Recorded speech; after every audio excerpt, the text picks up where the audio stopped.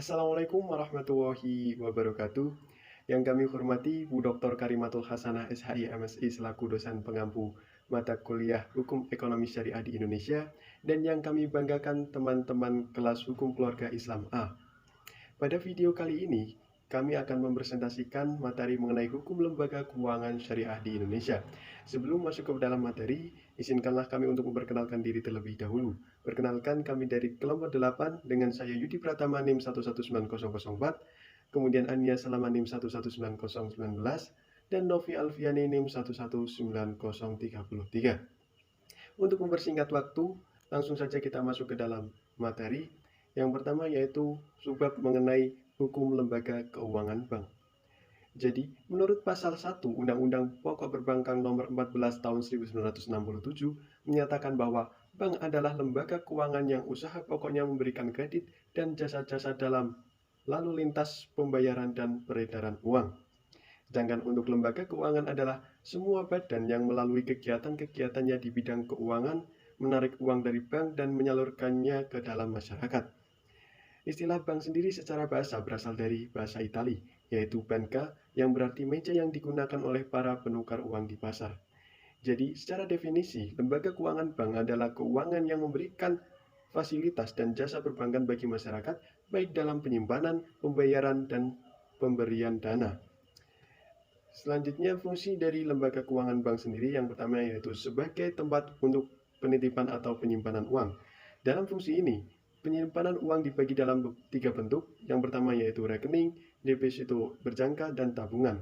Fungsi dari lembaga keuangan yang selanjutnya yaitu sebagai lembaga pembeli atau penyalur kredit. Dalam hal ini, baik dalam memanfaatkan dana yang disimpan oleh nasabah. Pemanfaatan uang dilakukan dengan cara menyalurkan kepada pihak lain yang membutuhkan kredit. Dan fungsi yang terakhir yaitu sebagai perantara dalam lalu lintas pembayaran. Jadi bank bertindak sebagai penghubung antara nasabah jika melakukan transaksi. Dalam hal ini, nasabah tidak secara langsung melakukan pembayaran, tetapi cukup memerintahkan pada bank untuk menyelesaikannya. Bank juga menyelenggarakan jasa lainnya seperti pengiriman uang, jual beli saham, dan valuta asing, serta menagih uang atas nama pelanggan atau inkaso. Di dalam lembaga keuangan bank sendiri terdapat Bank Umum Syariah. Bank Umum Syariah adalah bank syariah yang dalam kegiatannya memberikan jasa dalam lalu lintas pembayaran. Hal tersebut termaktub dalam Undang-Undang Nomor 21 Tahun 2008 tentang Perbankan Syariah. Sedangkan untuk kegiatan usaha Bank Umum Syariah sendiri, yaitu menghimpun dana simpanan berupa giro, tabungan, dan sebagainya berdasarkan akad wadiah atau akad lain yang sesuai prinsip syariah, menghimpun dana investasi berupa deposito, tabungan, dan sebagainya berdasarkan akad mudharabah atau akad lain yang sesuai prinsip syariah, menyalurkan pembiayaan bagi hasil berdasarkan akad mudharabah, akad musyarakah, atau akad lain yang sesuai prinsip syariah, kemudian menyalurkan pembiayaan berdasarkan akad murabah, akad salam, akad istisna, atau akad lainnya yang sesuai prinsip syariah, kemudian menyalurkan pembiayaan berdasarkan akad qard atau akad lain yang sesuai prinsip syariah, kemudian menyalurkan pembiayaan penyewaan barang bergerak atau tidak bergerak berdasarkan akad ijarah dan atau sewa beli dalam bentuk ijarah muntahiyah bitamlik atau akad lain yang sesuai prinsip syariah, kemudian melakukan pengambil alihan utang berdasarkan akad hawalah atau akad lain yang sesuai prinsip syariah, melakukan usaha kartu debit dan atau kartu pembiayaan berdasarkan prinsip syariah, kemudian membeli surat berharga berdasarkan prinsip syariah yang diterbitkan oleh pemerintah dan atau Bank Indonesia, dan seterusnya masih banyak mengenai kegiatan usaha Bank Umum Syariah. Selanjutnya juga terdapat Bank Pembiayaan Rakyat Syariah. Bank Pembiayaan Rakyat Syariah yang selanjutnya atau biasa disingkat BPR adalah Bank Pembiayaan Rakyat Syariah sebagaimana dimaksud dalam Undang-Undang Nomor 21 Tahun 2008 tentang Perbankan Syariah. Bank Pembiayaan Rakyat Syariah atau BPRS adalah bank syariah yang dalam kegiatannya tidak memberikan jasa dalam lalu lintas pembayaran. Bank Pembiayaan Rakyat Syariah tidak dapat dikonversi menjadi bank pengkreditan rakyat, dan bank pembiayaan rakyat syariah tidak diizinkan untuk membuka kantor cabang, kantor perwakilan, dan jenis kantor lainnya di luar negeri. Peraturan mengenai Bank Pembiayaan Rakyat Syariah terdapat dalam Peraturan Otoritas Jasa Keuangan atau POJK Nomor 3 Tahun 2016 tentang Bank Pembiayaan Rakyat Syariah. Bank Pembiayaan Rakyat Syariah hanya dapat didirikan dan atau dimiliki oleh yang pertama yaitu warga negara Indonesia dan atau badan hukum Indonesia yang seluruh pemiliknya warga negara Indonesia, yang kedua yaitu pemerintah daerah, dan yang ketiga yaitu dua pihak atau lebih sebagaimana dimaksud dalam angka 1 dan angka 2. Jadi selain warga negara Indonesia tidak boleh memiliki bank pembiayaan rakyat syariah. Selanjutnya, kegiatan usaha bank pembiayaan rakyat syariah meliputi yang pertama menghimpun dana dari masyarakat, menyalurkan dana kepada masyarakat, kemudian menempatkan dana dan pada bank syariah lain dalam bentuk titipan berdasarkan akad wadiah atau investasi berdasarkan akad mudharabah, maksudnya akad mudharabah, dan atau akad lain yang tidak bertentangan dengan prinsip syariah, kemudian memindahkan uang baik untuk kepentingan sendiri maupun untuk kepentingan nasabah melalui rekening bank pembiayaan rakyat syariah yang ada di Bank Umum Syariah, Bank Umum Konvensional, dan UUS. Dan yang terakhir yaitu menyediakan produk atau melakukan kegiatan usaha bank syariah lainnya yang sesuai dengan prinsip syariah berdasarkan persetujuan Bank Indonesia. Bank Pembiayaan Rakyat Syariah selain memiliki kantor pusat juga diperbolehkan membuka kantor cabang, kantor kas, dan kantor kas di luar kantor. Sebagaimana dalam bentuk Badan Hukum Bank Pembiayaan Rakyat Syariah adalah perseroan terbatas atau PT. Dalam struktur organisasi Bank Pembiayaan Rakyat Syariah atau BPRS terdapat Dewan Pengawas yang bertugas memberikan nasihat dan saran kepada serta mengawasi kegiatan Bank Pembiayaan Rakyat Syariah atau BPRS agar selalu sesuai dengan prinsip syariah sebagaimana diatur dalam pasal 1 ayat 1 BOJK. Untuk materi yang selanjutnya akan dijelaskan oleh teman saya yaitu Ania Salamah NIM 119019. Sekian dan terima kasih. Perkenalkan, saya Agnia Salamah, NIM 11119019 akan melanjutkan subbab berikutnya mengenai hukum lembaga keuangan non-bank. Yang pertama ada lembaga asuransi syariah. Dewan Syariah Nasional Majelis Ulama Indonesia dalam fatwanya tentang pedoman umum asuransi syariah memberikan definisi tentang asuransi menurutnya. Asuransi syariah atau ta'min, takaful, tadamun adalah usaha saling melindungi dan tolong-menolong di antara sejumlah orang atau pihak melalui investasi dalam bentuk aset dan atau tabaruk yang memberikan pola pengembalian untuk menghadapi resiko tertentu melalui akad yang sesuai dengan syariah. Adapun landasan hukum asuransi syariah, pertama, perintah Allah Subhanahu wa taala untuk mempersiapkan hari depan dalam Quran surat Al-Hasyr ayat 18.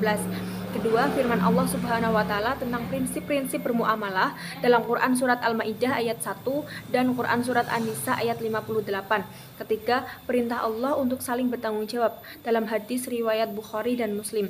Keempat, perintah Allah untuk saling bekerjasama dan bantu-membantu dalam Quran surat Al-Maidah ayat 2. Kelima, perintah Allah untuk saling melindungi dalam keadaan susah dalam Quran surat Al-Quraisy ayat 4. Selanjutnya, prinsip dasar asuransi syariah yaitu tauhid, amanah, keadilan atau justice, saling tolong-menolong, kerjasama, kerelaan atau ridho, dan larangan riba, gharar maupun maisir. Bentuk-bentuk asuransi perusahaan asuransi dan jenis-jenis bidang usaha perasuransian di Indonesia dapat ditemukan dalam bab 3 pasal 3 Undang-Undang Nomor 2 Tahun 1992. Dalam undang-undang tersebut dikemukakan sebagai berikut. A. Asuransi kerugian, yaitu perjanjian asuransi yang memberikan jasa dalam penanggulangan risiko atas kerugian kehilangan manfaat dan tanggung jawab hukum kepada pihak ketiga yang timbul dari peristiwa yang tidak pasti. B. Asuransi jiwa, yaitu perjanjian asuransi yang memberikan jasa dalam penanggulangan risiko yang dikaitkan dengan hidup atau meninggalnya seseorang yang dipertanggungkan. C. Reasuransi, yaitu perjanjian asuransi yang memberikan jasa dan pertanggungan ulang terhadap risiko yang dihadapi oleh perusahaan asuransi kerugian atau perusahaan asuransi jiwa.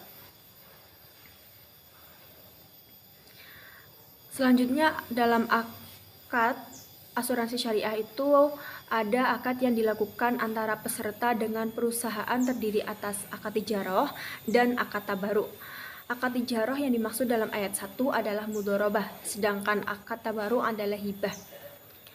Adapun kedudukan para pihak dalam akad ijarah dan akad tabaruk. 1. Dalam akad ijarah atau mudharabah, perusahaan bertindak sebagai mudharib atau pengelola dan peserta bertindak sebagai sohibul mal atau pemegang polis. Kedua, dalam akad tabaruk atau hibah, serta memberikan hibah yang akan digunakan untuk menolong peserta lain yang terkena musibah, sedangkan perusahaan bertindak sebagai pengelola dana hibah. Selanjutnya, ketentuan dalam akad tijarah dan tabaruk. 1. Jenis akad tijarah dapat diubah menjadi jenis akad tabaruk bila pihak yang tertahan haknya dengan rela melepaskan haknya sehingga menggugurkan kewajiban hak yang belum menunaikan kewajibannya. Kedua, jenis akad tabaruk tidak dapat diubah menjadi jenis akad tijarah. Lembaga yang kedua yaitu pegadaian syariah. Gadai adalah perbuatan hukum yang diatur dalam Kitab Undang-Undang Hukum Perdata atau KUH Perdata, pasal 1150 yaitu perjanjian utang piutang dengan jaminan benda bergerak.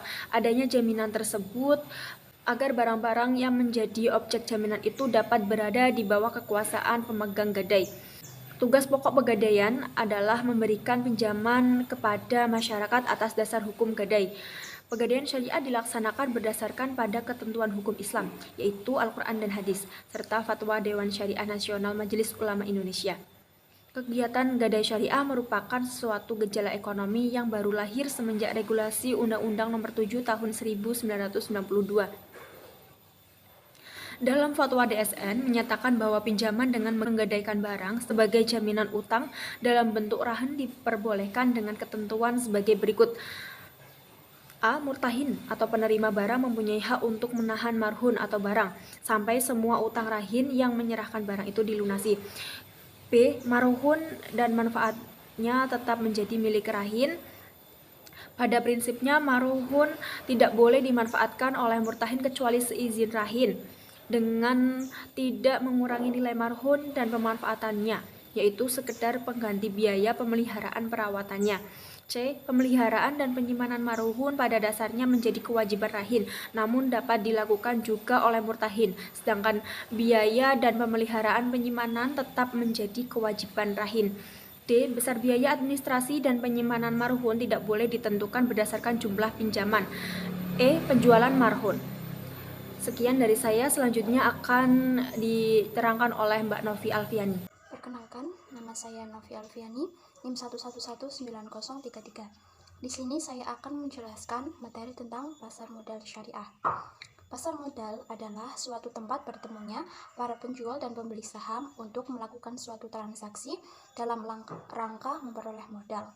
Penjual dalam pasar modal ialah suatu perusahaan yang membutuhkan modal atau emiten dengan cara menjual efek-efek. Pembeli atau investor adalah pihak yang ingin membeli modal pada perusahaan yang menurutnya akan mendatangkan keuntungan. Menurut Undang-Undang Pasar Modal Nomor 8 Tahun 1999, pasar modal adalah kegiatan yang bersangkutan dengan penawaran umum dan perdagangan efek perusahaan publik yang berkaitan dengan efek yang diterbitkannya, serta lembaga dan profesi yang berkaitan dengan efek. Dewan Syariah Nasional atau DSN Majelis Ulama Indonesia, DSN MUI, pada tahun 2003 mengeluarkan fatwa tentang kebolehan bertransaksi di pasar modal selama mekanisme dan objeknya tidak bertentangan dengan prinsip syariah. Fatwa yang dikeluarkan oleh DSN berkaitan dengan ketentuan umum pasar modal syariah, prinsip-prinsipnya, emiten yang menerbitkan efek syariah, kriteria dan jenis efek syariah, transaksi yang dilarang, dan penentuan harga saham, sebagaimana dalam DSN MUI 2006. Fatwa DSN yang berkaitan dengan mekanisme transaksi di pasar modal syariah, fatwa ini terdapat pada bab 5 tentang transaksi efek dan pasal 5 yang berkaitan dengan transaksi yang dilarang, sebagaimana dalam DSN MUI tahun 2006 halaman 276 sampai 277. Di antaranya 1. Pelaksanaan transaksi harus dilakukan menurut prinsip kehati-hatian, serta tidak boleh melakukan spekulasi dan manipulasi yang di dalamnya mengandung unsur horor, riba, maisir, riswah, maksiat, dan kezaliman. Tindakan spekulasi transaksi yang mengandung unsur doror, horor, riba, maisir, riswah, maksiat, dan kezaliman sebagaimana dimaksud dalam ayat 1 di atas meliputi yang pertama, najsi, yaitu melakukan penawaran palsu. Kemudian bai al-aqdum, yaitu melakukan penjualan atas barang atau efek syariah yang belum dimiliki, atau short selling. Selanjutnya, insider trading, yaitu memakai informasi orang dalam untuk memperoleh keuntungan atas transaksi yang dilarang. kemudian menimbulkan informasi yang menyesatkan, melakukan investasi pada emiten atau perusahaan yang pada saat transaksi tingkat atau nisbah utang perusahaan kepada lembaga keuangan ribawi lebih dominan daripada modalnya. Margin trading, yaitu melakukan transaksi atas efek syariah dengan fasilitas pinjaman berbasis bunga atas kewajiban penyelesaian pembelian efek syariah tersebut. Kemudian, ihtikar atau penimbunan, yaitu melakukan pembelian atau dan pengumpulan suatu efek syariah untuk menyebabkan perubahan harga efek syariah dengan tujuan mempengaruhi pihak lain, dan transaksi-transaksi lainnya yang mengandung unsur-unsur di atas. Selanjutnya, lembaga pembiayaan syariah. Lembaga pembiayaan syariah merupakan badan usaha yang melakukan kegiatan pembiayaan dalam bentuk penyediaan dana atau barang. Menurut Sunario, lembaga pembiayaan ini kegiatan usahanya lebih menekankan pada fungsi pembiayaan, yaitu dalam bentuk penyediaan dana atau barang modal dengan tidak menarik dana secara langsung dari masyarakat. Kebijakan bidang pengembangan kegiatan lembaga pembiayaan tersebut diatur berdasarkan Keputusan Presiden Nomor 61 Tahun 1988 tentang lembaga pembiayaan dan Keputusan Menteri Keuangan Nomor 1251 /0113/1988 tentang ketentuan dan tata cara pelaksanaan lembaga pembiayaan. Sistem pembiayaan berdasarkan prinsip syariah dilihat dari sudut pandang ekonomi, bahwa berdasarkan sifat penggunaannya dapat dibagi menjadi dua hal. Yang pertama, pembiayaan produktif, antara lain pembiayaan usaha produksi yang terdiri dari pembiayaan likuiditas, piutang dan persediaan modal, pembiayaan modal kerja untuk perdagangan yang terdiri dari perdagangan umum dan perdagangan berdasarkan pesanan dan pembiayaan investasi. Yang kedua, pembiayaan konsumtif, yaitu pembiayaan yang digunakan untuk memenuhi kebutuhan konsumsi yang akan habis digunakan untuk memenuhi kebutuhan. Uraian di atas kesimpulannya bahwa pengertian pembiayaan berdasarkan prinsip syariah adalah kegiatan yang berupa penyediaan uang dan barang dari pihak bank kepada nasabah sesuai dengan kesepakatan yang mewajibkan pihak yang dibiayai untuk mengembalikan uang setelah jangka waktu tertentu dengan imbalan atau bagi hasil yang didasari prinsip syariah, yaitu mudharabah, musyarakah, murabahah, dan ijarah. Kemudian selanjutnya, lembaga keuangan mikro syariah. Lembaga keuangan adalah badan di bidang keuangan yang bertugas menarik uang dan menyalurkannya kepada masyarakat. Lembaga keuangan syariah adalah badan yang melakukan kegiatan di bidang keuangan dengan menarik uang dari masyarakat dan menyalurkan uang tersebut kembali ke masyarakat dengan menggunakan prinsip syariah. Kata mikro pada penyebutan lembaga keuangan mikro syariah memberi pengertian lebih menunjukkan kepada tataran ruang lingkup atau cakupan yang lebih kecil, dengan asumsi perbandingan bahwa lembaga keuangan besar salah satunya adalah berbentuk bank dengan modal berskala besar, maka lembaga keuangan mikro ini adalah bentukan lain dari bank atau sejenisnya yang memberi kapital kecil dan diperuntukkan untuk sektor usaha mikro kecil.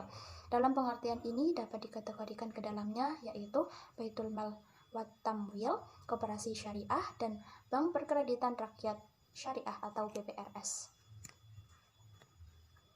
Baitul Mal wal Tamwil secara etimologi diambil dari kosakata al-mal dan al-tamwil.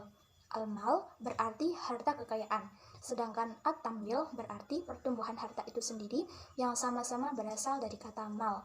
Baitul Mal dapat diartikan secara fisik sebagai tempat atau al-makan untuk menyimpan dan mengelola segala macam harta yang menjadi pendapatan negara.